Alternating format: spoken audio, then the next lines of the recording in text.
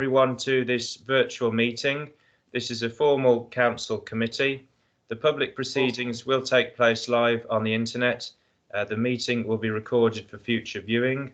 It will assist the conduct of business tonight if participants speak only when invited.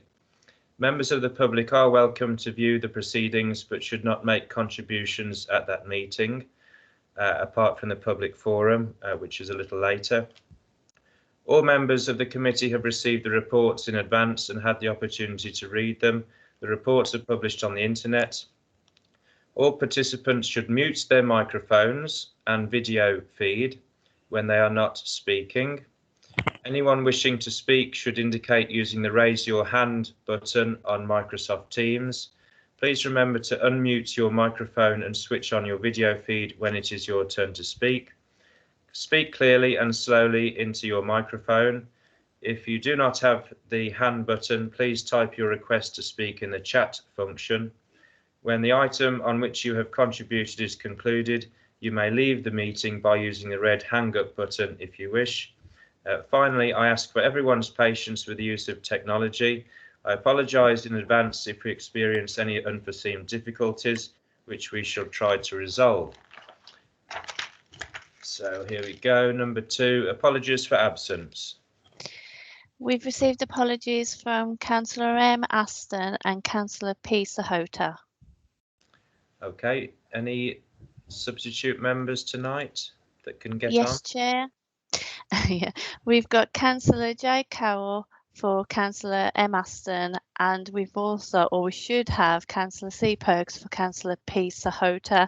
I'm pretty sure Councillor Perks will join at some point during the meeting. I'll just keep an eye out for her. Great.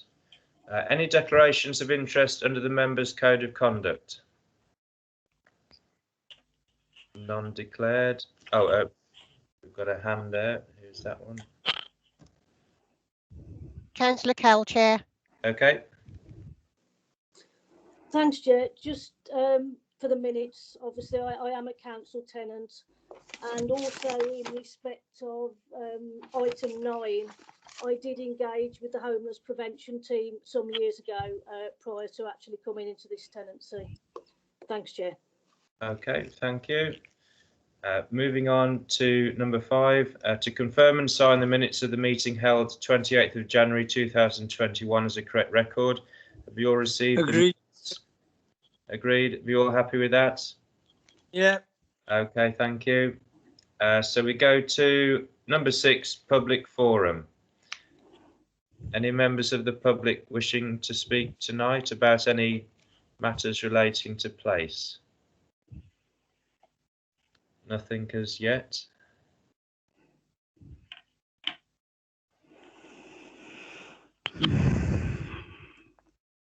No one. Chair, Marty wanted to speak. Yep.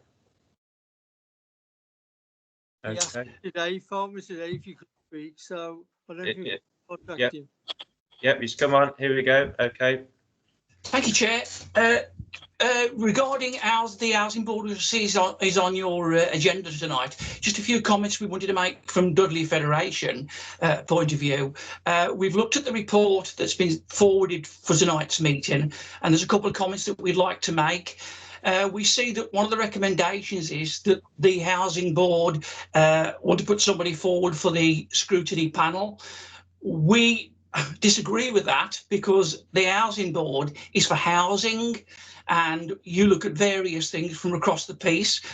So we think that that would be unfair if they were able to be on this committee. But also, Dudley Federation feels that we've got a problem with a couple of issues. There's no minutes for any of their meetings. There's no website for any of their meetings, although we've asked over many, many years for this since it started. The website was up for a period of time, but was taken down, and we were told that that was because nobody used it. But according to the Constitution, it says that they must have a up and running website. But we want to just make our comments known for tonight. So thank you, Chair. Okay, yes, thanks for that. Thanks for that comment there.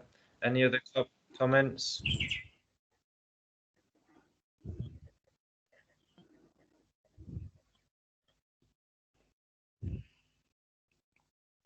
Yeah, I think we could have this discussion when we get to the item a bit later on. By all means, that's ideal. We'll refer to that question a bit later on, Martin, for you. Thank you, Chair. Any other members of the public? Okay, we'll look to housing maintenance grey fleet. Who's the officer? Thank you, Chair. Julie Steventon is going to run through just a summary of the key points of the report for members, and then we'll take questions at the end. So hand over to Jules. Okay. Okay, far away. So, good evening, everyone. My name is Julie Steventon. I'm the head of housing maintenance, and I'm jointly presenting a report on the rationale for the replacement of grey fleet this evening with Heidi Marsh-Gayton. So thank you, Chair. I hope I've got this right. This is my first scrutiny committee, and I'm first up, so I've no sort of track record to follow anybody else to see how it's done. So I prepared a bit of a summary, and I'll take questions at the end if that's okay. So the report in front of you aims to update scrutiny members on the progress regarding the replacement of the grey fleet used by the housing maintenance team.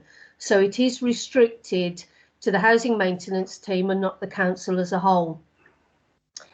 The grey fleet also for the relation to this report is, just for clarity, the self-owned vehicles that the operatives use to deliver the service. Now that is mainly vans, but there are a couple of smaller vehicles, shall we say, floating around within the service. So the report aims to highlight the cost associated with the travel and the cover for vehicle breakdowns, in addition to the risk to the authority that this type of vehicle presents to both the authority and the employee. So currently we have 111 grey fleet drivers across our service, which I must admit, when I joined exactly a year ago tomorrow, I joined Dudley, which has been a great year, apart from the pandemic, obviously. I was really surprised to see such a large number of grey fleet vehicles in the service, and clearly we need a very definitive plan to reduce that number of grey fleet. And so the report today is to update everybody on the progress, because obviously the pandemic has put quite a dent in that progress. So in compiling the report, we looked at the current policies and practices, both national and local, regarding the management of the grey fleet, in addition to the issues such as the age of the vehicles that are being used, insurance status, MOT checking, and other risks that that would land at the council's doorstep for failure to comply or safely manage those vehicles, and equally the penalties that could apply for failing to deal with the risks, such should an accident occur while that vehicle is being employed to deliver our service. We also touched on the operating costs and what efficiencies we could achieve by replacing the grey fleet, and also, and I think this is a very, very important point for us moving forward, the impact on the environmental aspects of newer and better maintained vehicles. So particle emissions, engine emissions, we looked at all the new rules that are coming into force over that, and where our current vehicles currently sit, and what control we've got over those emissions. And so accordingly, there's been a lot of consultation with the employees, with the trade employees, that is, about the advantages for both of us to move to council supplied vehicles, and the positive impact on climate change, in addition to the targets that we need to reduce green gas emissions, by 80% by 2050. And this is supported largely and cannot be wholly achieved by reducing the age and type of vehicles. With regards to the procurement and the value for money, the report advises of the specifications we looked at and the evaluation criteria that our procurement groups consider when looking at replacement of vehicles like this. So we looked at the affordability, the fit for purpose, the low or zero carbon emissions of the vehicles, vehicle safety, and types of racking and storage of materials and equipment that would give us the optimum delivery potential for each vehicle. And also we looked at some of the issues that are presented under the way forward for Dudley Council, and we looked at future consideration for electric vehicles and hybrid vehicles and various other options. But equally, we have to recognise at this moment in time we don't have the infrastructure and to support vehicles of that nature. So we know that at the moment we need to order the traditional diesel type vehicle, and that the greener options are something we need to build in our way forward plan. So the replacement grey vehicles will see an increase in the council's fleet by about 20%. And this will be charged through the traditional open book accounting. The replacement will also have an impact on the health and well-being and the safety for the council employees, as they will be newer, better maintained, will reduce the risk to the council, and will meet current legislation, which I think is probably the most important item there. So, Chair, members are asked to note the contents of this report, please, regarding the replacement of the grey fleet vehicles, and support the measures that are being undertaken to improve the service through the management of the vehicles used by the trade operatives.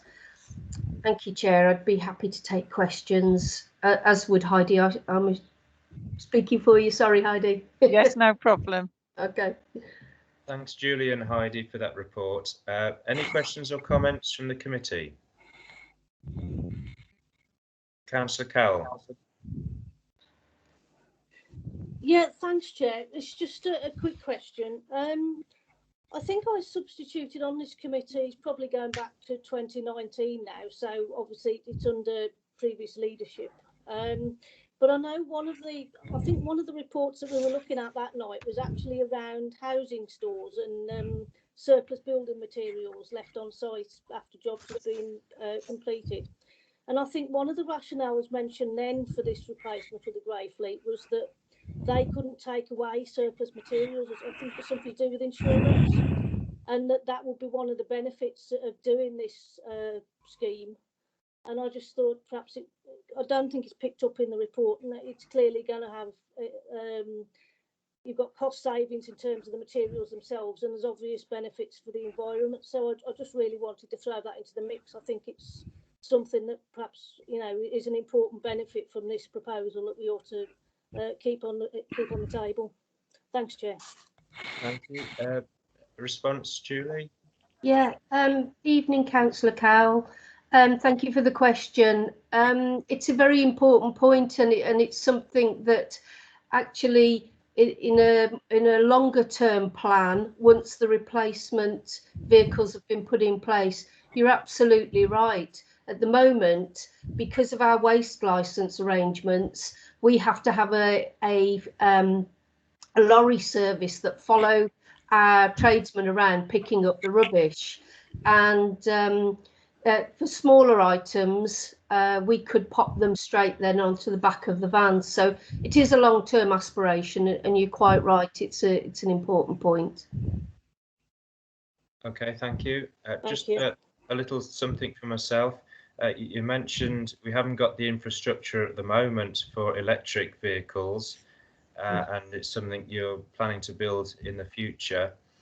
I was just wondering, do you have a time frame of that? Because other larger organisations, the crossover or thinking about electric vehicles, if they haven't already, is becoming rapid, and I think we should be looking at that very, very quickly. Yeah. Shall I answer, Jules? Yeah. Yes, sorry, if I can, Heidi, yeah. through Councillor Finch as well, probably on the same subject, maybe. yeah.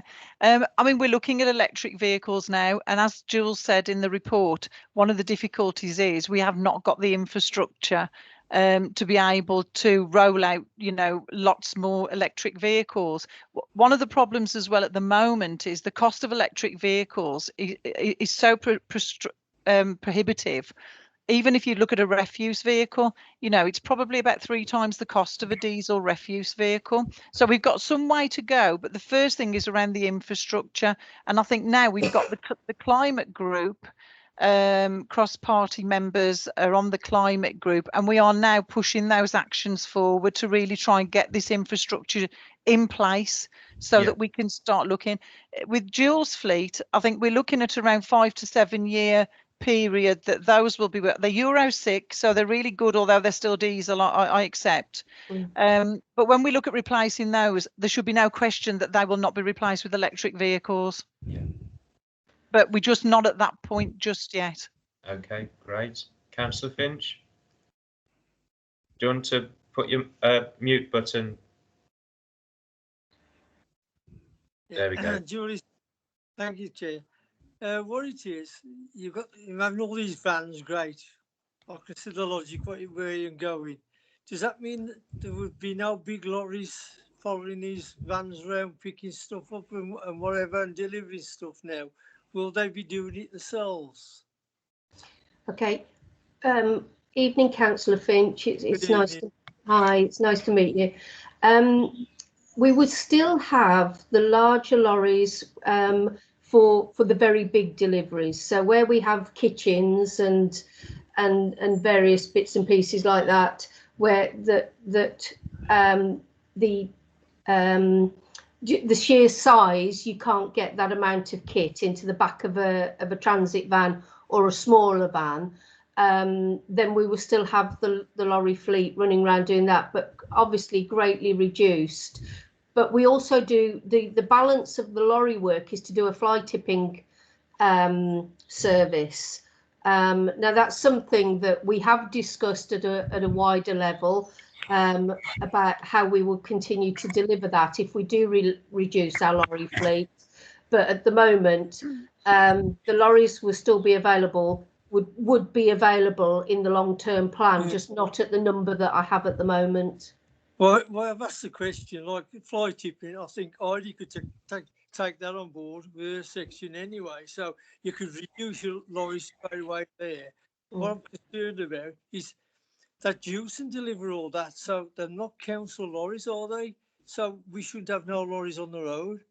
If Jewson do all the deliveries and what they do, so why have we got lorries on the road? Because it's a partnership service with Jewson's, so and because of the way the waste licence works, if Jewson's drop everything out, once all the boxes and the packaging have been discarded, that becomes waste, and that's for us to pick up. So it's the way the current contract with Jewson's has been set up that we have the lorry service in place. Well, have a look at that, Joe. That's well, pulled up. Well, I think it's a cop out, really. Like I say, if you're going to go the way you're going, I think he's brilliant. Don't get me wrong, but Heidi could pick all that up from her section now, surely, from Lister Road. So you just deliver, and take them out of the equation. If I can answer, Councillor Finch trying to give me a job. Yes. I know. You know, this is something we were looking at about bringing the waste services together across our service, across housing and waste, because there are synergies, and we will continue to look at that going forward. But I think the vans that we're talking about here that we have been changed are for the trades, and a lot of them are racked out with tools and equipment that they need to be able to do the jobs when they get on site. So although they can take away, like Jill said, some of the waste, they can't take away all of it because they just won't have the room in the vehicle to do that. But we can look at that, or whether it is that we look at Dewson's and that's part of the contract. I mean, just slipping in a bit of waste strategy, you know, when we look towards the extended producer responsibility, packaging and things like that, there will be some remit for manufacturers and people who deliver stuff with packaging to have it back, or to at least offset the cost of it. So there's something there in the waste strategy as well that we might be able to use to influence this. But yeah, I'll take the point, Councillor Finch. Thank you. Thank you. Thank you, Julie. Thank you, Chair. Thank you. Councillor Islam.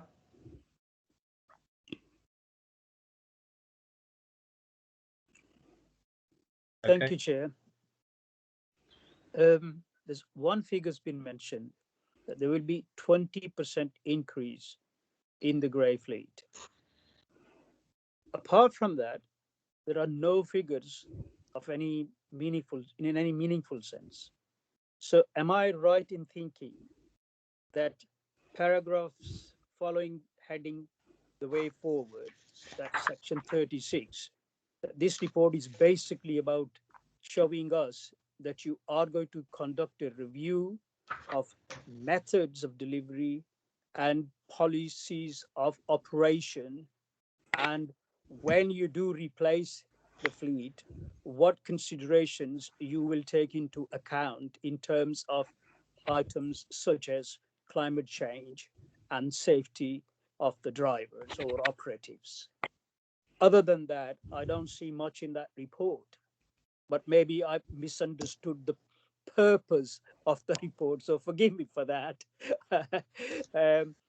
And if the figures are not there, am I right in anticipating a substantial report at a later date? Thank you, Chair. Thanks.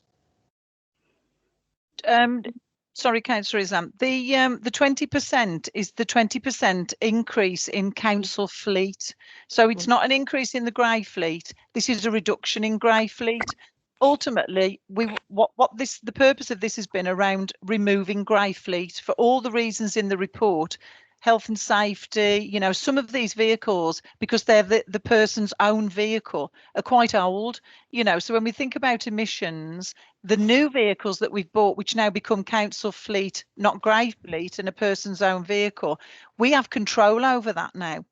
And that's really where we want to be. We've got control over usage, we've got control over condition, control over emissions.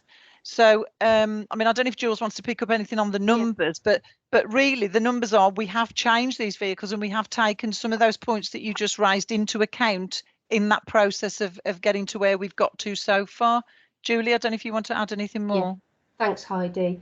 The purpose of the report was to update you on the progress we were making with regards to this. So the progress that we're making is that we've had a number of vehicles delivered in January, which were vehicles that were ordered before I got to the council, so they were already within the process. And we have a further 90 vehicles being delivered in July. So if you like, the good to go, the button was pressed on that, but jointly by Ian and myself, just as Ian Gardner was leaving. So the rationale for the eliminating the risk to the council, and if you like, doing the right thing for Dudley as a whole, so that when an operative turns up to do a job, he's suited and booted, he's got a liveried van that's full of all the correct equipment and stock, it's racked out and it's safe. All that rationale was contained within the previous reports that Ian had put together to be able to purchase the 90 and the 20 odd vehicles that were delivered in January, if you're with me. But I am aware that there is a review to the grey fleet policy. So I touched on the fact that there is a review of policies by HR, and that's being done corporately. And the costs at the moment, there is an increase in costs to the council for us having council-owned vehicles, because we pay obviously for the grey fleet, but for a fully managed service through our fleet team, that takes a cost of about 4.9 million, up to 490,000, sorry, up to 520,000. Sorry, got completely muddled with my zeros there. Nearly gave myself a heart attack. So, I mean, that said, that increase in cost completely mitigates the risk for the council, though. So that sort of underpinning rationale for these purchases have already been done by my predecessor. So that's why I sort of touched on those, but really the purpose of the report was to tell you where we were. Okay. Okay, Yep. Paul? Yeah, thank you, Chair. Julie and the maintenance service transfer to me tomorrow. So obviously I've been keeping in touch with Julie on this. We'll still buy our fleet through Heidi's services in public realm. But for me, you know, this is a journey they've been on. It's probably the last update you need, I would have thought, as members, because there has been discussion with trade unions. For me, the biggest impact surely is for tenants, you know, that we can get the right kit, the right equipment, the right materials to tenants. And the person who's going to do the role, I call them tradespeople, and hopefully we get more women in as well as men.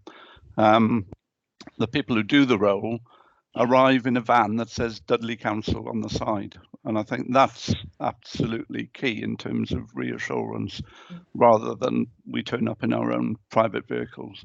So I think that's part of us just professionalising what we do and giving that extra level of reassurance to the tenants that we're providing these services for. Thank you, Chair. Okay, thank you. Any more questions or comments before we move on? I've got no hands. So, okay, thanks Heidi and Julie for that. That's great. Thank you very much. Thank you. Thank you. Number 8, Housing Board update. If I could introduce this, Chair, and then Angela and Rex from the Housing Board wish to speak. I've got 3 papers on the committee tonight that, as you know, Chair, when we discussed the agenda, they were asked for by the Scrutiny Committee, but I don't know what the question is. So we've tried to provide as wide a range of information as possible. I did consult with the Housing Board members when my staff were pulling the report together and talk through this. What I would say is that in Dudley Council as a whole, and tenant representation and involvement and engagement is very undeveloped compared to where the lead councils are, and even some of our neighbours. And there is space for the Housing Board. There is space for DEFTRA, who we grant fund. So that's the Dudley Federation of Tenants and Residents Associations. But there's space for more as well. And I think the Housing White Paper will expect us to be much more proactive and engaged with our communities. That's partly one of the awful lessons learned from Grenfell in terms of listening to people. But also, you can't really provide a good service until you know from your tenants what good looks like. So that for me is one of the key drivers for this. So we need a wider range of people engaged, more engagement mechanisms. We've experimented during COVID with virtual meetings via Zoom, and that's worked quite well. But I think we need to enable tenant participation support the reps that we've got at the moment, but bring more people in to engagement, not on everything all the time, but it could be specific issues. We could run crashes to reach single parents, for example. So there's a wider range of things that need doing. And I've had meetings with the Housing Board and with DEFTRA board and collectively, and they will know that from me, that's been a consistent theme in what I've been saying. And we are investing into our tenant participation community development team as well for the year ahead. So not quite knowing what the question is, we've collated the information that really the full council had approved, I think 7 years ago. And then hopefully we'll, Angela and Rex can explain the work that they've been doing since that time. Thank you, Chair. Thank you. Who'd like to go first? Angela? I'll go first, Chair, if you don't mind. Firstly, I'd like to say I'm very sorry that DEFTRA feel that way about the Housing Board, because we've always tried to work in conjunction with them. It's a shame that it's come that this sour grape's been presented tonight. I'll go through what I've written about the Housing Board just from what I can remember. We came into being in 2014. We had meetings at the Bramble, led by a consultant, with having officers and councillors present there. I think there was a Councillor Finch there. I don't know which Finch it was, but I can remember a Councillor Finch and having a nice conversation with him about tenants. The information we got was informative in a way, but not really giving a valid synopsis of Scrutiny, as Scrutiny was. We proceeded along with installing of the board, its members, and working with the participation team. We are an in-house board, and the participation team is our admin and does all our, typing minutes and things like that. At the time, we had practically a full board. We ran with unwarranted adversity, cooperative suspicions, lack of interest from the Chief Housing Officer, heads of service and local councillors. It was though we were there in a bubble, but nobody wanted to interact with us. And our consultancy paper, this is the previous one to the one that's in progress now, looked at the Housing Board and gave us a negative review, a very negative review that stayed with us members, us original members of the Housing Board till this day. We started to lose members, and we realised that many thought the Housing Board was an upmarket TRA. They hadn't got the balance of what Scrutiny actually was and what it involved. The remaining core of the Housing Board continued with the determination to be a viable Scrutiny board with a good reputation, and we're well on the way with that. We looked at what values we should have as a board, develop and build into any form of scrutiny we are involved in. Affordability, communications, transparency but remembering confidentiality, and co-production with tenants, heads of service and employees and councillors. Service inspectors worked with the board to interact with tenants, but this ceased due to COVID. Hopefully will be resurrected in the near future. Many of the Housing Board actually went to service inspectors as well, so we could get a feel of what the work we needed to do.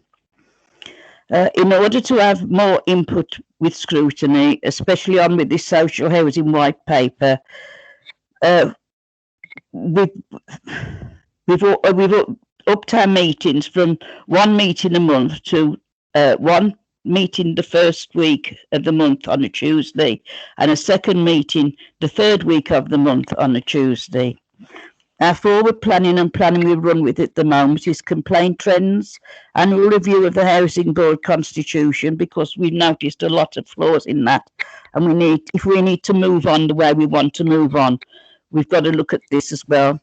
Getting more people involved, connected with sharing the work of the Housing Board, developing strong links to the council and reconnecting with communities, digital inclusion, supporting the new virtual network for tenants and residents group.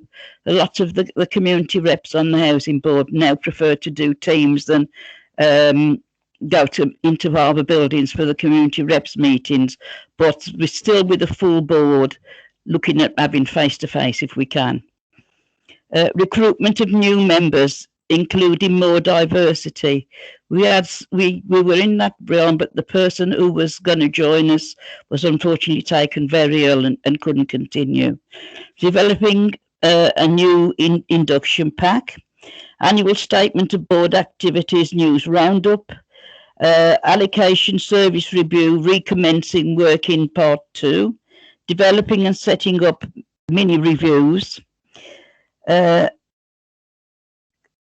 Let's have a look. Oh, can I respectfully remind everyone that the members of the Housing Board are all volunteers, but all have a wealth of various experiences and determination to succeed. And that's my bit. Thank you, Angela. And kindly note, that was done after church on a Sunday night. Well done. And now, Rex, I think I'm handing over to you, love. If there's anything else to fill in after all that.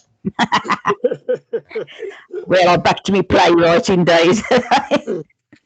One thing, Chair, I'd like to mention to start with, we aren't a political organisation. So if your scrutiny side take us on board on the committee, we have no access to grind either way with any political side. The other thing I've got mentioned down here is we were originally, when we were set up, offered a place on your committee, which actually, because we were quite green around the gills and learning the ways of the council and everything else, we weren't aware really of how important it was to be involved. Obviously, as time's gone on, we now appreciate that we need to be involved with yourselves and more involved with council itself. But we've instigated along the way things that we have actually been involved with. I've got down here, we were one of the groups that instigated the council stopping auctioning of properties without due diligence, really. That was put on hold, and it's still on hold, although the same paperwork is in the housing strategy. But when that strategy was being made up, we put in about 20 or 30 questions to Paul's incumbent before him, which, by the sound of it, from what we're hearing, never got put through to yourselves or to any other part of the council.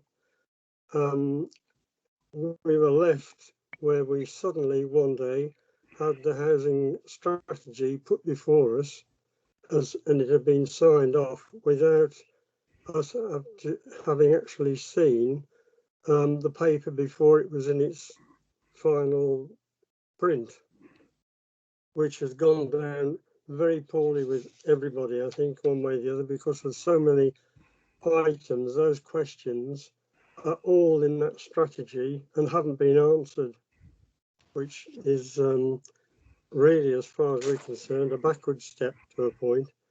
But the other thing is, if your particularly committee accepts us as a non-voting member, I see it as a really good thing for both the council and place committee, by putting a real feather in their cap, because it would mean the council particularly and place are bringing forward the white paper and doing things before the mud hits the fan, if you like, to be actually ahead of the system that's going to be brought in. I can only hope that, obviously, in the future, both yourselves and I hope, obviously, our committee can work together to resolve a lot of the odds and ends that we seem to be encountering. Thank you, Chair. Okay, thanks, Rex. Well, I was on the housing board when I first came a councillor a few years ago, and I thought it was a great way for you guys to have a voice, and as you say in the constitution, to provide challenge in housing services, to ensure the high quality services and best value for money. So I think this is a great opportunity for you guys, and as Paul said, it's good to listen and engage with the group. As you said, Angela, it does seem like it is unfortunate, the views of DEFTRA, the Dudley Federation. I wonder if we can adapt this and have the representative to come on meetings only when the housing issues are brought up, rather than just on every single place. Would that help them? Would it also help if the two main organisations, if we open out and have a rep from the Dudley Federation as well? Would that be too daring? I don't know. We'll discuss that. Paul, any views from yourself? I think I'd have to ask the housing board what they felt. Sure. There's been a lot of sour grapes over the years, and I'm not going to commit to anything that's going to upset the apple cart anymore. We're just on a nice even keel that we're all working together. What we didn't mention, that most of the housing board reps have done webinars with TPAS and the Housing Quality Network on this white paper. We found them very, very interesting, very enlightening on what's going on, how it's being looked at, and it's obvious from what's been said and what we're reading. There's a lot more to come than what at the moment we know. Scrutiny is coming up very much. The role of the regulator is coming up very much. Housing associations and local authorities. What we learned yesterday, Rex and myself, with the homeless, that the housing associations weren't happy because they got to follow what the local authorities were doing, and it was causing some concern. And I got the feeling that was monetary value. So we're picking up, if you want to call it, bits of politics as well that's going on. And I think we're on the right track. I honestly do. Okay, thank you, Councillor Cowell.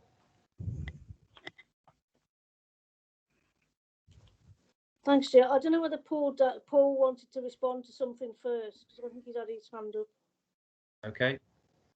Oh, it's just a comment you made, Chair. I mean, it's for the Scrutiny Committee to decide its membership and who it co-ops. As I said at the beginning, we certainly need to work with both groups. They both work hard.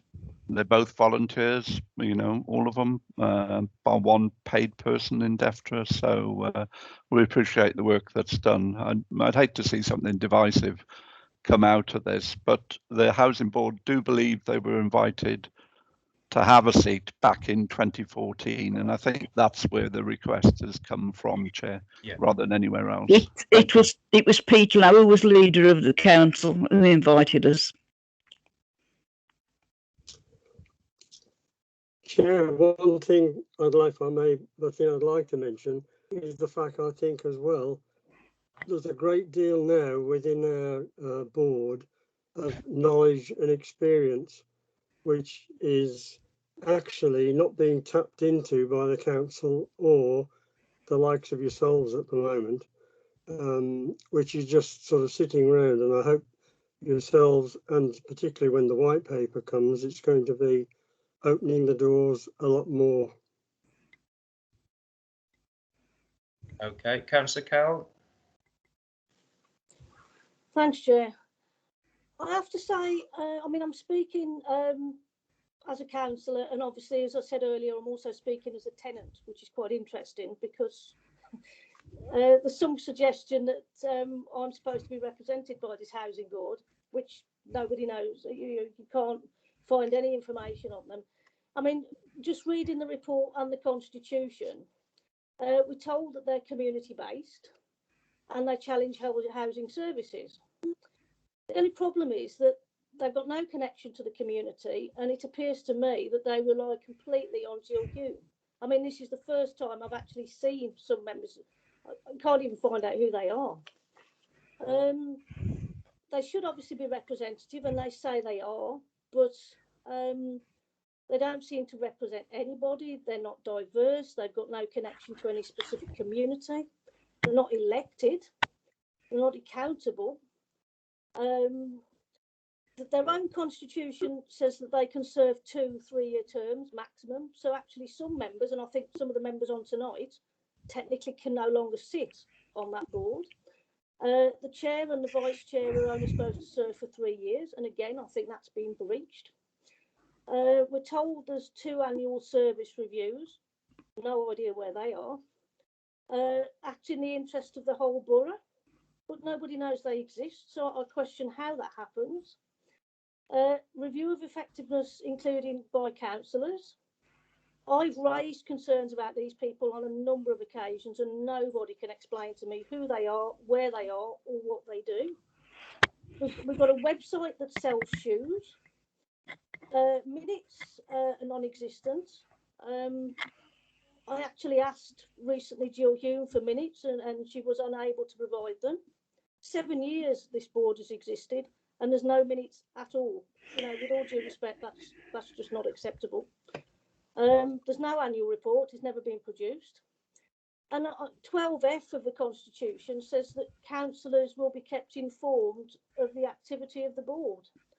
As I said, Jill Hume can't give me any minutes. I've never found anyone who can tell me what they do, including senior councillors. I did ask for this to be scrutinised a number of years ago, and the chair of the Overview and Scrutiny Management Board said he had no idea what I was talking about. We're told they're a consultative group, but as we've heard tonight, but effectively they're appointed by housing, for housing, and so I would suggest respectfully that they only support housing. And I have to say the report is actually written by the Director of Housing and Community Services, Paul, which is interesting because that appears to be the very person that the board are actually supposed to scrutinise. So it seems a bit odd to me. And I've got a query on the recommendation to co-opt a member onto the place or the successor committee. And I wonder whether it's actually constitutional, because the board is paid for by the HRA, and therefore I would question whether they are in a position to scrutinise the HRA and its services. And I just wondered if that's been passed through legal services. And I think I'll shut up for now, Chair. Thank you. Okay, thanks for those comments. Do you have a reply, Paul? Obviously, like all the reports, my officers write the report. I consult with the Housing Board on this one. I've reviewed it, made sure the language and approach is suitable for this committee. I think, you know, as I said at the beginning, we don't know why Scrutiny wanted the Housing Board listed, but I think we're beginning to understand why now. So there's certainly a whole range of questions that I can take away and consider as director. But I think we're beginning to understand where the concerns of this committee lie. But that has to be balanced with what the Scrutiny Board members, I think, are trying to tell us at the same time. So I'm not going to sit on judgment, Chair. Thank you. Okay. Angela, you've got your hand up. I have, yes. Can I just reply, please, to Sure. Councillor? Yeah. A, I think it's nitpicking. B, we do minutes of the community reps meetings. B, it was stopped going out from Jill because I stopped it, because I was very aware of what be happening. The 2 3 year terms, we didn't actually start working as a board for quite some years into it, to about 2017, because of all the adversity we got. We couldn't get things signed off, we couldn't get anything. It is going to be re-looked at, because all of us have said with 2 3 year terms, it might be better with three-year terms because you're willing to doing the work and it doesn't just fold like that. It's not like DEFRA can do something for a tenant and then it's finished. We start researching and before we get to start looking at the scrutiny, we have to bring everything to a picture before we look. I agree with Paul. I can understand why we came to the scrutiny board tonight. And I must admit, Chair, I am very, very not upset. I'm disgruntled, and that's putting it polite. I was thinking of another word, but I thought better not. If I'd have known it was going to be like this, we wouldn't have turned up. I've got to go back and report this to the scrutiny board now, and it won't be done till the 6th of April. So I've got, I'm not looking forward to it. It's come as no surprise we've met this wall of discontent. And I just think it is extreme sour grapes. Well, I think actually, my pause on it, I think actually, Paul, you should look into it very detailed because it isn't going to go away. well, I'm sorry you feel like that. I'm sure the views of a few of the committee doesn't represent all of the committee. It's not a wall. I mean, we're here to listen and talk and hopefully resolve some issues and move forward. Councillor Islam, you've got your hand up. Thank you, Chair. I had my hand up quite a long time, but it's very worrying. It's very worrying what I'm listening. When I became a councillor way back in 2004, this is well before you, Chair, I felt that I was part of the housing community. I felt that the tenants and the residents, as we sat on the area panels, they could bring problems there together. We could support each other, learn from each other, forge relationships of comradeship in serving the community together. Since this board has been set up, and I don't know what's going on here tonight. I can tell you that, and I'm not party to anything. But scrutiny is scrutiny. It's praise as well as criticism, as well as critique. And I have detected no sour grapes. If somebody's relating their experience and relating their what they've heard from the community of residents, that's what scrutiny is about. And Martin Smith, I believe, when he spoke in public forum, we said he can come back and speak and discuss. There is a silent voice there. And he made 2 points. One was no minutes available on the website. And in fact, the website is not available either. And even after asking for the website to be made alive, that hasn't happened. Now, to me, it's either true or untrue, or there is a time scale. These things happen for some time and didn't happen for some time, or they happen intermittently. That is scrutiny. I think, having said all that, everybody who's a volunteer has to be respected. And without volunteers, our society would find it very hard to move forward with services which are people related.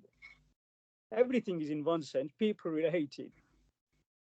Although the road, we have so many roads and the cars are driven on it, but they're driven by people, for people, and they serve needs of the people.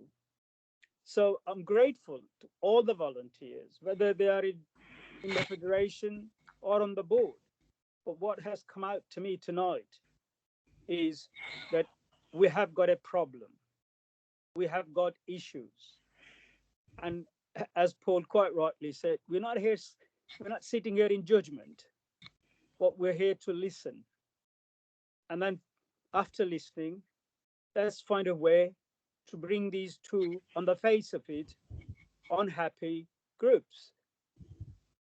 And I think, and I'll conclude soon, Chair, I think we perhaps rushed into the housing board hurriedly.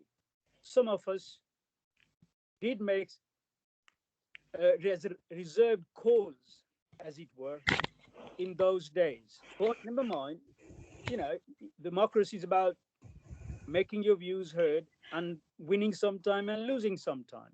But what we are hearing tonight is that there is something amiss, and that as a scrutiny in this present form, we need to ask all concerned, and there's volunteers, there's the officers, and there is, I as a backbencher personally feel helpless when it comes to housing. And yet, most of us know housing is the service that, apart from health, is the biggest service that people depend on as far as council is concerned. Whether they live in council property or not, but it is one of the biggest service that people depend on, and they come to us. And incidentally, I would agree with people who say that the housing should be on scrutiny of this nature. I'll tell you why. I think I've already hinted that life is holistic. Living is holistic. We're happy or unhappy, not because of one little thing, but sometimes small things become addedly or collectively big things. And so the scrutiny has a role in housing, because housing affects how we feel and how we are. When I say how we feel, that could be short or long term, but how we are could again be short term or long term, because housing impacts on health. Health impacts on how we perform at work. So we have to take this view, and therefore, whatever the outcome of these discussions are, and I hope tonight is not the final, tonight should not be the finality, having heard those criticism or critiques, or I rather call them critiques rather than criticism in an academic sense, because there is value in that. And so eventually, when that is sorted out, I think there should be a room and mechanism of people in those positions to come to this scrutiny happily and with a view to make the service better. Thank you, Chair. Thank you for giving me extra time. I appreciate that, Matt. Thank you. No problem. Thank you. Always valid points. And I think I'll echo all of that myself, and say that no, we're not hitting a wall here. We're listening to everyone. We've all got to work together. As Rex said, it's non-political, and we've always tried, Councillor Finch and myself, wherever possible, to make this scrutiny committee non-political where we can, because we work together for the residents, for them. So I don't think this can be finalised tonight. We've obviously seen some issues that need addressing. I think both parties can go back and have a look at and do some research. And how about a working group, a meeting specifically for this topic? As soon as we get back, we can make it the first place meeting after the elections within a couple of months. We can get all the heads around the table, all the offices from both parties, and have a discussion and work forward together. Paul. Very happy to take that recommendation on, Chair. I think there's been some very wise comments around the table altogether. You'll see in the report we have got a consultancy called ARC who are working with both groups, and I mentioned right at the beginning that I do see tenant engagement and empowerment here as weak and undeveloped and possibly under-resourced. So I think if we could use them as facilitators, we may be able to get some good work out of that. And then when it's appropriate, and if the two sides feel it's appropriate, the two organisations, then maybe we can come back again. Thank you, Chair. Okay, thank you. Everyone happy with that recommendation? Yep. Is that fair? Okay, thank you. We'll move on to number 9, homelessness prevention and response. Yeah, thank you, Chair. Could I just advise Rex and Angela just to mute their microphones just in case we pick up something. Yeah. So again, this is quite a wide report. I wasn't quite certain of the specific question, but I'm happy to come back with more detail on certain issues or certain angles. I think the most positive thing to say is that we have the best performing homelessness service in the Midlands, possibly one of the best in England, and that's in terms of prevention. So we work actively before people are at risk of homelessness. We have low numbers of people who we have to accept with a full homeless duty. And we have very low numbers of rough sleepers. Now, the reason for that is because we have a very proactive approach by the homelessness team and the outreach housing support team as well. So we work with partners, particularly the specialist agencies that you can see listed in the report. Now, homelessness is complex. There isn't a single driver for it. Of course, the shortage of affordable and social housing plays a part, but social, economic factors and individual life histories are just as important. So that's from adverse childhood experiences through to low pay and unemployment, but also life skills to be able to sustain a tenancy, even if you haven't necessarily gone through that journey in life. The overall number of people approaching us as homeless during the COVID crisis, pandemic, has stayed about the same at about 2,500 people over the 12 months. But the makeup of those people has changed markedly. Less families, far less families, and a much bigger increase in single people, particularly younger single people, and also younger couples without children. And the younger single people have gone up by about 50%. And that is what we call in the report the sofa surfer group. Now we keep at any one time about 20 units of accommodation available, our own stock, with the basic necessities in there, from a bit of bedding and furniture to some cutlery. And for very complex cases during the COVID crisis, when we had people who were positive but were unable to isolate as much behaviourally as anything, we set up the Lamp Tavern project because obviously the pubs were closed. We had accommodation there, and we worked with a service across housing, adult service, social services, public health and the police. And the borough commander commended that as an area of best practice, because some people are very, very difficult to get to comply with COVID regulations when they're in a crisis and don't have a fixed roof over their head.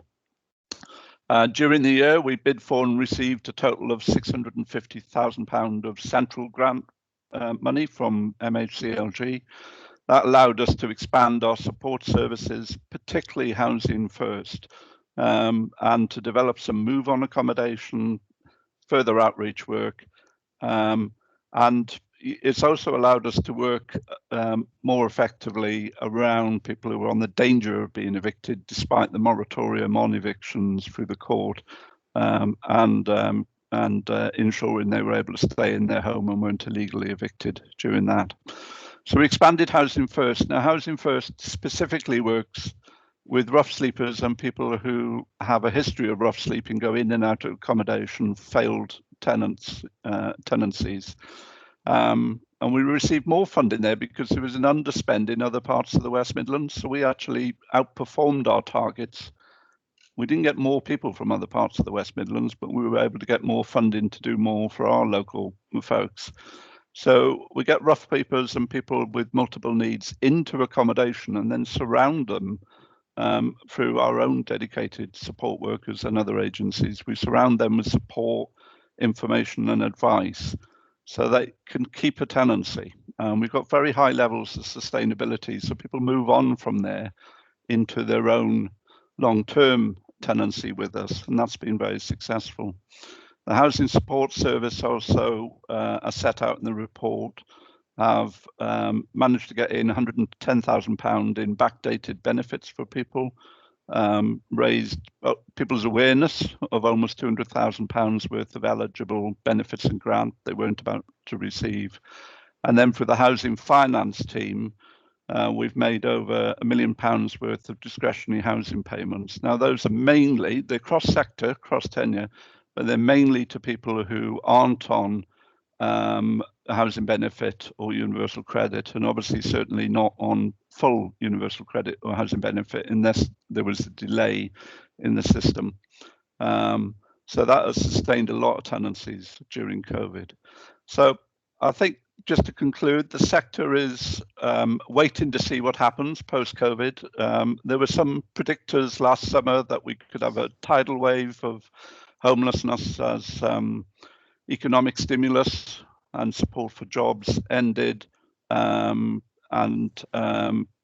evictions recommenced, and then obviously people's social and mental health may have been affected. There's been a big increase in domestic violence and relationship breakdown that we're dealing with through COVID as well. But those factors didn't emerge all at once. I think they've seeped through the system issue at a time. I don't want to underestimate the impact that may be coming for us, but I do believe we're well placed and prepared to deal with that. We have a wide range of safety nets and support. We're still applying for every bit of grant going, and we can scale up that whole range of activity that we've got set out in the report. And importantly, I was able to protect this area of the service through the budget round. It's all general fund funded or grant funded, and we've been able to protect it through the budget round. And so we're in a strong position for the year ahead. If you need further information in any area, I'd be happy to provide that. Otherwise, happy to take questions, Chair. Thank you very much. Anybody from the committee? Here we go. Councillor Islam.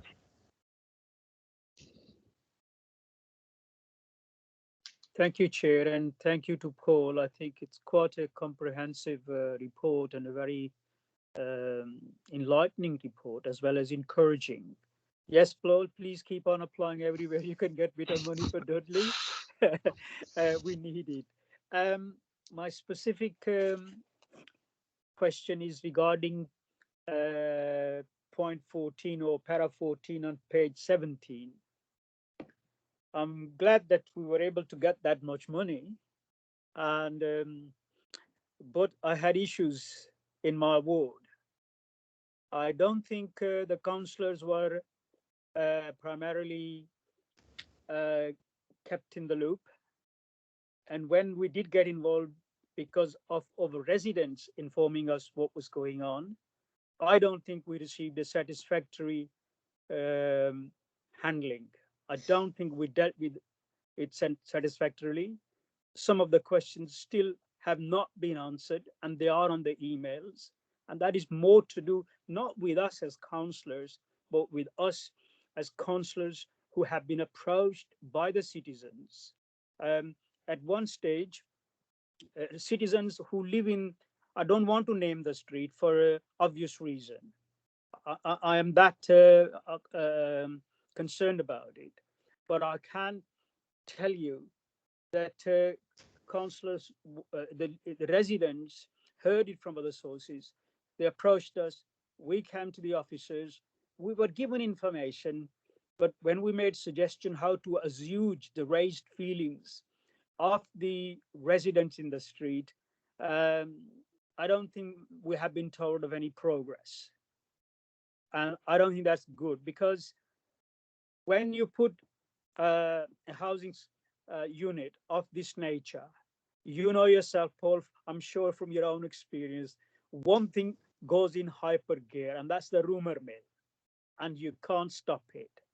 And it becomes, the longer it's left unresolved, becomes difficult to separate the fact from fiction, from and that creates fear, unnecessary fear sometimes, and it makes the job harder for officers as well as for the councillors.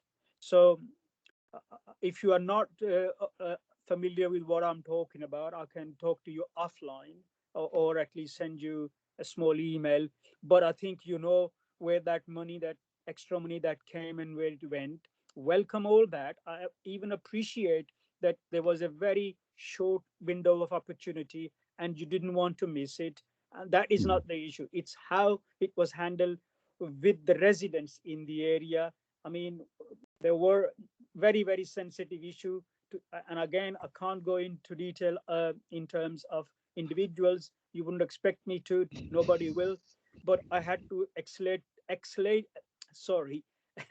escalated right to the top. So yeah. Could you please, if it's not possible to give me a specific answer, and I wouldn't expect you to, because then would give me a general answer, and I will request you to go back and please look at the specifics and how we can assuage that community. Yeah, thank you. I will take that lesson on board. You're right, it was very time bound. You know, we were made the offer for the grant in January and had to commit to contracts and spend the majority of it by the end of this month, by today. So to go from a standing start to £280,000 spent was quite a challenge. I think there are lessons we could learn on Councillor Lays, and particularly with you as in your conduit role with the community. And you're absolutely right about the rumour mill. Once we said there were 4-bedroom supported housing, people come up with the worst possible scenario when actually, you know, I can think of one supported housing scheme that we run where we've got 20 people in with acquired brain injury. So, you know, it doesn't mean it's the worst kind of person in the world who we're helping. It could be anyone. And, you know, I'm quite happy to have more of an offline discussion and, you know, have a chat to you outside the committee, Councillor Islam. But I certainly think, yeah, we did learn lessons from that. It was difficult because we were just trying to grab the money. We had a problem and we were trying to get the money off the government to solve it. But we'll have. I'll meet with you and we can have a further conversation if you like. Through the chair, if I may, if you could look at those emails that my other colleague, councillor, has sent you with very specifics, that will be better once you have looked at those emails and perhaps taken some initial steps. It will make our life easier. And given the critical time of the approaching elections, people obviously will be asking questions. And I'm not trying to electioneer, and I don't believe in those sort of things. Gimmicks in the end don't work. But if you could do something for that community as soon as possible, that would be appreciated more by them than by me, because it is their feelings. And there was, as I said, there were sensitive issues. Okay, thank you. Thank you. Thank you. Councillor Cowell. Yeah, thank you, Chair. Just 3 quick questions, really. Previously, we've actually had issues with people being placed in temporary accommodation in Dudley by other authorities, and they haven't been known to Dudley. I just wondered whether communication on that issue had been improved, and whether Paul is able to say whether we do have any residents from outside of the borough at the moment. Connected to that, really, I was just wondering whether we were using any out-of-borough accommodation for our own residents. And on a slightly separate issue of the Castle and Crystal and interest-free loans, I just wondered if we got a danger that people in the most need are potentially being forced into debt if they can't pay back. You know, because the council is potentially pushing them in that direction in order to allow a tenancy. Thanks, Thank you, Councillor Carroll. On the last point, no, we're trying to keep people out of debt and repossession. So that's why we work with the credit union. We work with money advice charities as well. And obviously we've got the deposit bond scheme, and we can help people with their first month's tenancy as well. There are undoubtedly authorities housing people within Dudley in the private sector, either private rented or B&Bs, that we don't know about. We do have local liaison groups. We have the Dudley Housing Partnership with our housing associations. We see any planning application coming in, and if we have any concerns, we bring it into our rogue landlord group, which is a multi-service, multi-agency. The police are on it, for example. review. I suppose the specific areas tend to be around what's called exempt accommodation, particularly used by the Ministry of Justice.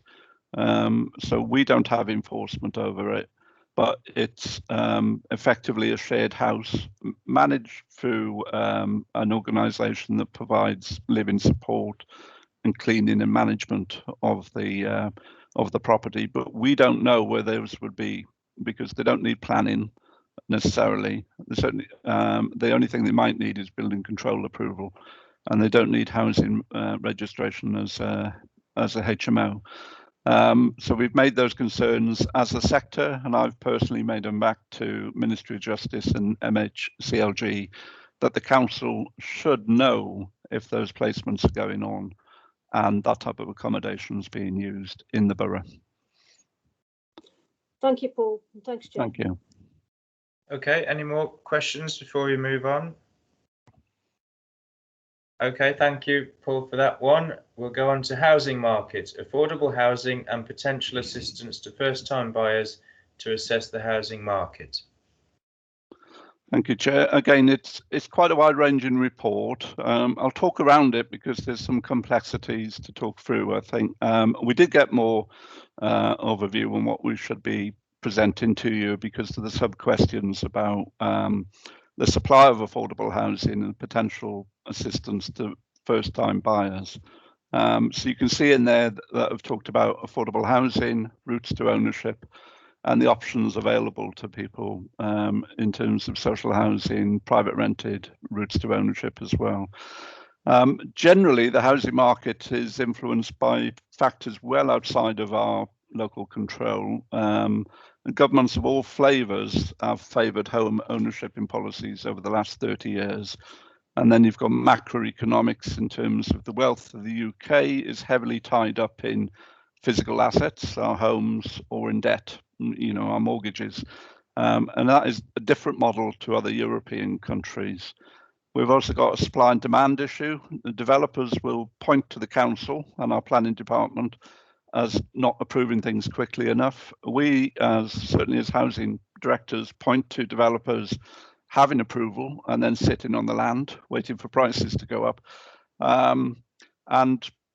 Councils for a long time could not economically build their own homes. So it wasn't that legally we couldn't, it was just it wasn't economically possible to do it, but now we can. During the last 20 years, housing associations have expanded hugely, and that's partly because they filled a gap that for new affordable and social housing that councils weren't meeting. The policy directions at the same time have varied. So affordable now means sub-market rent, 80% of the market rent, as well as what we would understand as social housing rents, which are below that again, and tied to the bottom 30% of the private rented sector. And an increased emphasis for housing associations to build shared ownership. And again, both of those were directed through the grants that they get available that made it more attractive for housing associations to build certain types of properties than others. Mortgage availability obviously peaks and wanes, as does the economy, jobs and income. And really to be affordable, whether it's submarket or social, it needs some subsidy. Now that's either subsidy in the form of higher benefit payments to support rent payments, or more effectively, more economically through grant payments when we're actually building those homes. Now, given that at the above, all of the above, at a local level, you can see affordability issues start to arise once a family needs more than 2 bedrooms. The gap at 1 or 2 bedrooms is quite low relative to other parts of the country, and obviously we don't know how big a deposit people may have, and this assumes nil to very low level of deposit in the modelling. But you can see once you need a 3 or 4 bed home, the gap grows very quickly, and you can also see that the private rented sector has increased in size. And that continues to be more affordable locally than home ownership for the larger properties for 3 and 4 bed homes. So you can see where people head when they're seeking, when they can afford to rent privately, but they can't afford to own a property. You can see where people are heading for those larger 3 and 4 bed homes. Within our stock, we will be letting around 1,200 homes a year. At the same time, we'll have about 4,000 households on our housing register. Roughly half of those are existing tenants seeking to transfer, the other half are new applicants. And some of our highest demand is for 2-bedroom homes. And again, I think that probably links to some of the information you'll have seen in the homeless report, some of it in here in terms of where demand is coming from for younger single people and for young couples without children, if they're priced out of home ownership and the private rented sector, as some clearly are. In terms of social housing rents, we can build, and we have been building recently. We can build within the existing parameters of the housing revenue account about 1,000 homes over the next 10 years.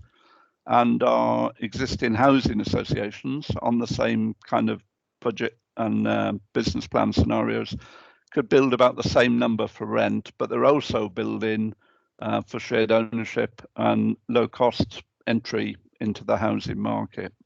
And finally, just to remind the committee that we are now a development partner with Homes England. So we get grants. So we're able to bring in between 30 to 60,000, depending on the nature of the scheme, in cash to support our new building conversions. We're building a pipeline of new build at social rent. We're not in the sub market, affordable rent market, or the shared ownership market, and that would need a policy change really to enter that. Would need resources, and a bit of a different mindset is involved when you're managing that range of properties. But we have been doing some land assembly, and as the committee will know, the Housing and Community Directorate did build some homes for outright sale on general fund land, and then we recouped costs that we could use to cross-subsidise affordable housing, and the general fund received a capital receipt. So that kind of land assembly model, where we're getting more social housing and the general fund gets a receipt, I think is very workable. Recent changes only announced last week allow an increase in our use of capital receipts from right to buy. So we could now use up to 40% towards the cost of a replacement home. The ring fence and the rent cap on the HRA is gone. So we've got more opportunity, I would say, than ever, or for a very long time, for the council to actually build more homes. And we're actively looking for sites. I'm talking to other directors who own land or have their services controlling the land, looking for obsolete sites, brownfield sites. And if we can enter the market in a partnership anyway, where we can get council housing at the end of it, we are looking at those opportunities as well. So hopefully that's a general overview. There's a lot more detail in the report. Happy to take questions, Chair. Okay, thank you. Any questions, comments for Paul on this one? Councillor Islam? Just a brief question. Do we have any recorded data or information ward by ward as to how many private sector properties are available at a affordable rent? Do we have that sort of information in broad terms, if not in specific terms? No, we'll know where the private sector stock is. We can profile that, but we won't know the rent level, or we'd have to do that individually on a search. So we don't have that kind of collated detail, no. But we do know the market's increased in size, and we can see it serving the family home market as well as the single person market. I wouldn't wish you to spend time on that piece of research, but is it possible for council to know how much, what is the size of rented affordable, not just rented, but affordable rented accommodation in the wards throughout the borough.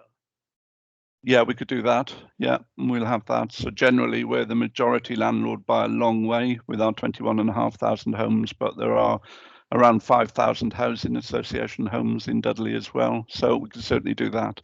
Yeah, I've got a team of analysts who look for that type of information, so we can update the strategy. So could we please request that for the use of this committee?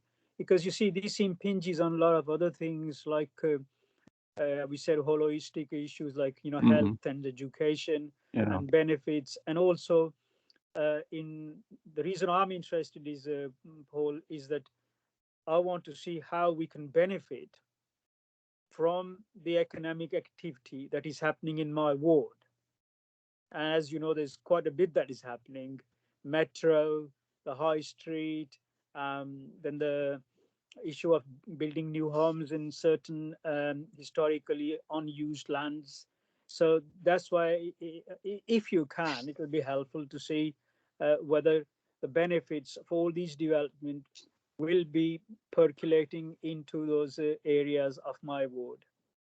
Yeah, I think, well, for all wards, but yes, I've had meetings with Helen Martin and her heads of service with my head of assets and development. I'm very keen that we have a kind of map of where the major regeneration initiatives are going in, where the jobs and training are going to be, and where our new build housing is going to be, so that we can try and get the best, you know, the word you use, holistic, that best overall picture of how we could benefit that local community. So if there's transport coming in and jobs being created locally as well, that kind of indicates there's a need for housing and probably affordable or social housing. So if we know where that's happening, not just the big 5 major schemes, but even at a much smaller level, we can get our relative services to work tightly together on that. Yeah, thank you. I did mean for all wards, not just for mine. That was just to exemplify, because obviously I forgot for a moment that. Slip of the tongue. Yeah, thank you. Yeah, but thank you, and I look forward to that information. Thank you. Yeah, thank you. Okay, any more comments before we move on to number 11? No more hands. Okay, housing revenue account. Yeah, thanks for allowing me to put this on, Chair. You'll have realised from the budget setting that we've got a big capital programme coming in housing. You know, over the next 10 years, potentially we can spend £500 million on our stock. That's about 400 mainstream investment, and the option, although no decision's been made yet, to borrow a further 100 million potentially and invest that. Now, the existing asset strategy did a very good job, I think, at just trying to open the can on what the issues are with our stocks. So it did a financial and asset involved assessment, and that came out in the red, amber, green.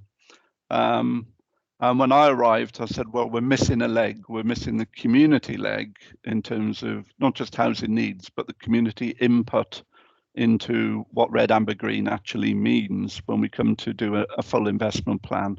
So we've got this firm of housing experts in ARC again. They're working with both the Housing Board and DEFTRA, and with much wider groups to try and find a way of picking out locally what's important to people, whether it's maintenance, whether it's remodeling, or whether it's things like environmental issues, the nature of car parking, safety and cameras, and whether that's a worthwhile investment as well. And I think the reason for bringing it in here is I get a lot of queries from both tenant reps and members saying, all right, we've got a tower block or we've got an area of housing that's red. When is it going to be demolished? And I genuinely are saying there isn't a plan to go around demolishing all kinds of housing all across the borough. We do need to work with communities, so tenant reps and local board members, to establish a form of investment that will stick, that will last 30 years and meet the changing needs for the next 30 years. So there isn't a plan B yet. And so we genuinely, anything that we work up will be done in full consultation, and we will be open and involve people and where the major investment goes, and particularly if that does include remodeling and or demolition and building something new. We wouldn't do that without talking to people first. Thank you, Chair. Thank you. Any comments on that one? Councillor Cowell? Yeah, thank you, Chair. Just a quick one, really. Paragraph 1 talks about consultation with the councillors later in the year. I just wondered, Paul, whether that was councillors, perhaps in particular wards that are affected, or whether it's a more general discussion about the plan, you know, with the council, as it were. Yeah, no, individual ward level, because we do have stock everywhere. It does vary. So we've got 2,000 homes in Brierley Hill and only 200 in the kind of Stourbridge, the Norton kind of area of Stourbridge. So it does vary, and the impact would vary. But you know, we will be investing in all our homes over that 10-year period. So everyone, I think, needs to have a say. Thank you. Okay, any more before we move on? Councillor Islam? Yeah, I welcome that clarification because, as you already said, there's 2,000 in Brierley Hill, and there are high-rise flats as well. So naturally, people are interested in looking forward to know what the council's plan are. And this whilst it was useful as a tool to create a strategy, but it also created then like a red rag to the bull, in other words, to create unnecessary apprehensions and anxieties. So thanks for saying that you will speak to us and the tenants by using ARC or other means. Yeah. So thank you. Thank you. Okay, thank you. Thanks very much, Paul, for all of those reports today. Thank you, Chair. Thank you. We'll go on to number 12, annual report and draft scrutiny programme. So we looked this year, July, we had a presentation on spending of SIL monies. September and January, progress reports on the Wednesbury to Brierley Hill Metro extension. We looked at potential improvements and funding for the Smasto Valley disused railway line, air quality monitoring within Dudley Borough, and street cleansing service and housing allocations policy, as well as today.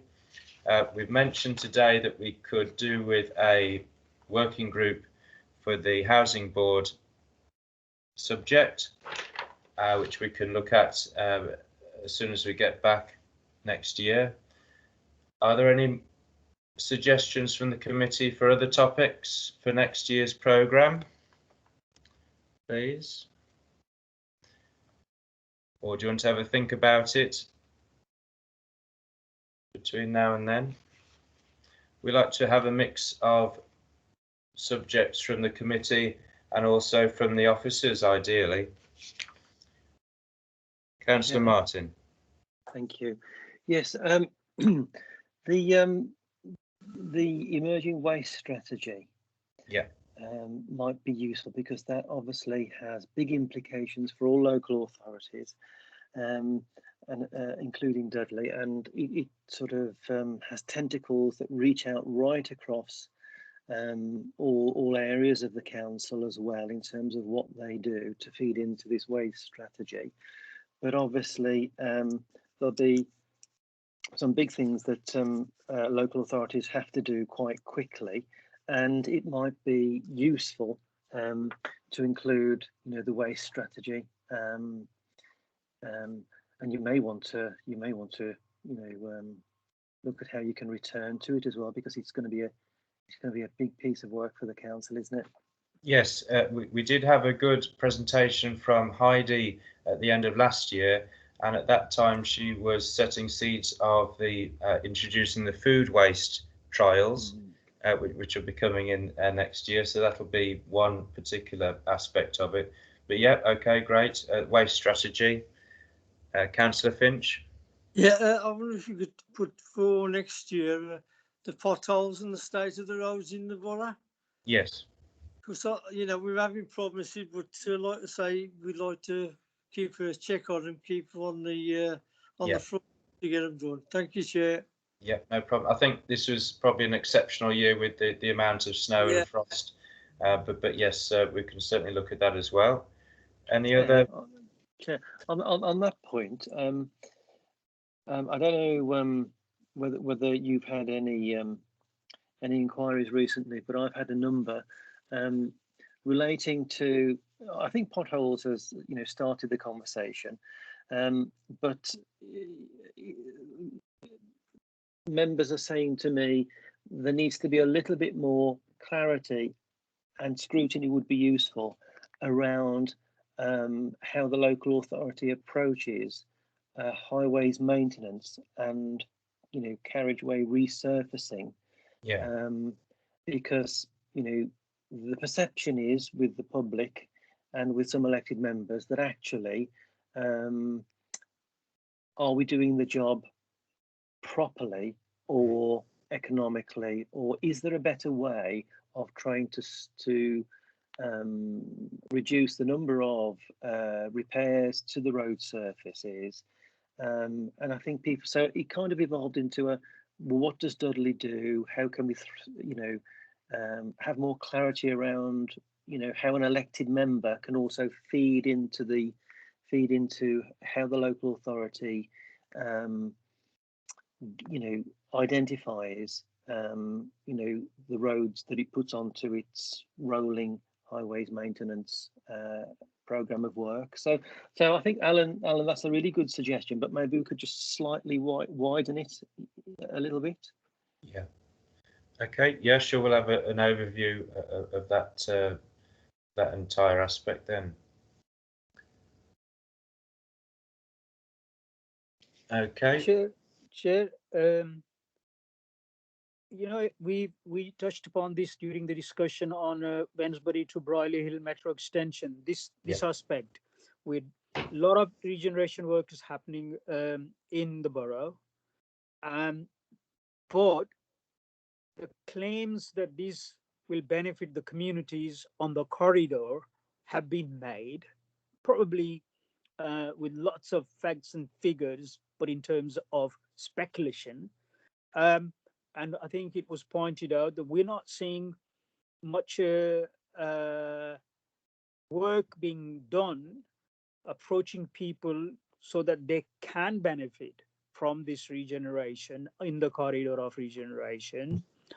Could we please not do some work and to find out how we are reaching these communities and how we will reach these communities so that they don't lose out from these benefits? Okay. Yep. Sure. Thank you. Okay. No further hands. So we'll move on to 13. Any questions from members to the chair with 2 days' notice?